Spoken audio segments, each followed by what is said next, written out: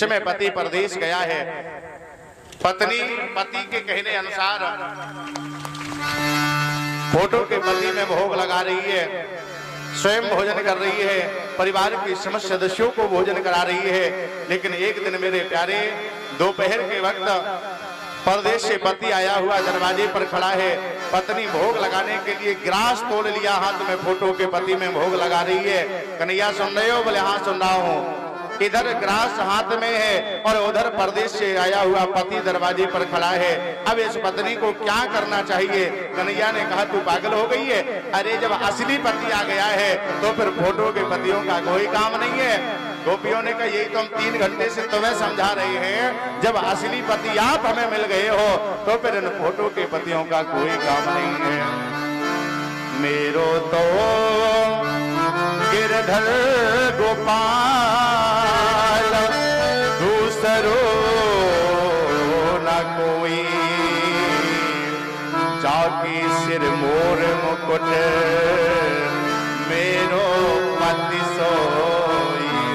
एक नैया लगन तुमसे लगा बैठे, जो होगा देखा जाएगा, तुम्हें अपना बना बैठे, जो होगा देखा जाएगा। कभी दुनिया से डरते थे तो छिप छिप बात करते थे, लोग पर्दा हटा बैठे, जो होगा देखा जाएगा। गोपियों के भाव, गोपियों के प्रेम को देखा भगवान ने। सारी गोपियों के साथ आज बिहारी जी ना रास रचा रही है। 2-2 गोपी एक एक श्याम, एक एक गोपी 2-2 श्याम, यमुना के किनारे पर प्यारे महाराज हो रहा है। और जिस समय महाराज हुआ, आज महाराज के मध्य में कामदेव टकटकी लगाए देख रहा है, कब भगवान को अमर्यादित सिद्ध कर दूं।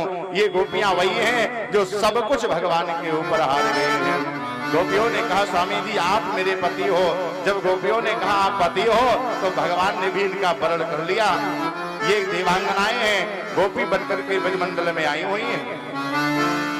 कुछ संतों का ऐसा मानना है, जिस समय राम जी 14 वर्षों के लिए बन गए, महात्माओं ने देखा, बोले ये अभी अभी बन आए हैं, कुछ समय में इनका बोलबाला सारे वन प्रखंड में हो गया, तो आखिर बात क्या है?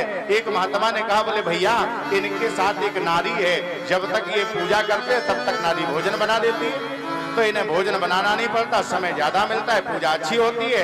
एक महात्मा ने कहा, बोले भैया पूजा तो अच्छी होती है, लेकिन हमें लगता है सबसे बड़ा काम उस नारी का है जो नारी इनकी सेवा कर रही है। जिस समय सेवा का नाम लिया, एक महात्मा ने कहा तू पागल हो गया है, अरे ये वो आए हैं जिनके पांव में जादू है, पत्थर में लगा दे तो नारी हो जाए। महात्माओं ने कहा बोले इससे अच्छा साधन कहीं नहीं मिलेगा, चलो एक एक नारी बनवा लो। अब महात्मा लेकर के पत्थर पहुंच गए, राम जी ने कहा बोले ये क्या है? ये राम जी बोले हाँ हमारे पत्थर में पांव लगा दो। पांव लगा दो? बोले हाँ। तो पांव काहे लगवा रहे? बोले हमें नारी की जरूरत है। राम जी ने कहा हम पांव तो लगा देंगे, लेकिन अभी पत्थर तुम्हारा खुरदरा है, अभी पांव लगाया तो क्रोधमुखी भार्या बनेगी, लड़ने वाली पत्नी बनेगी। एक काम करो ये पत्थर चिकना करके लाओ तो सुंदर पत्नी मिलेगी। महात्मा चले गए, समुद्र की तलहटी में पत्थर घिसने लगे, पत्थर घिसते जाएं और तब तक महाराज जानकी मैया का हरण हो गया। अब राम जी रोते रोते वृक्षों लताओं से पूछते हुए जा रहे हैं, हे खग मृग हे मधुकर श्रेष्ठ, खग मृग हे मधुकर श्रेष्ठ, खग मृग हे मधुकर श्रेष्ठ,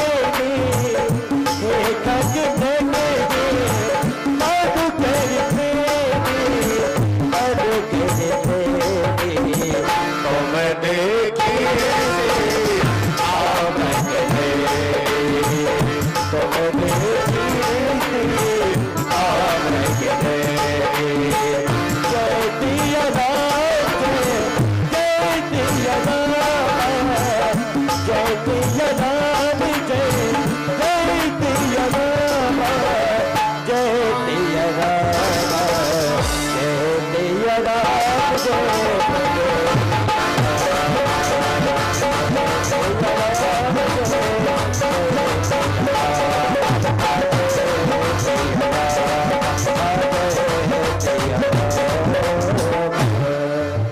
राम जी आज वृक्षों से लताओं से पूछ रहे हैं, क्या तुमने जानकी को देखा है, तब तक एक महात्मा की निगाह पड़ गई। बोले भैया ये तो वही रो रही हैं। बोले कौन? जिनके पाँव में जादू है नारी बन जाती है।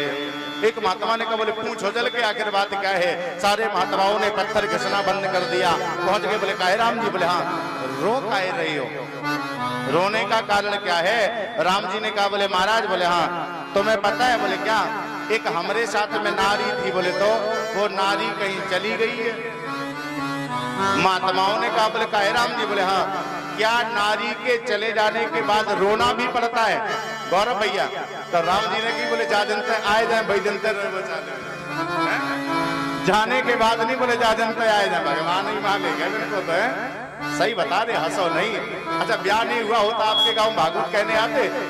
चाहे जहाँ चले जाते, 2 रोटी का व्यवस्था करना है, बस परिवार है तभी तो कथा कहने आए हैं। काहे की जरूरत है बताओ आप हमें?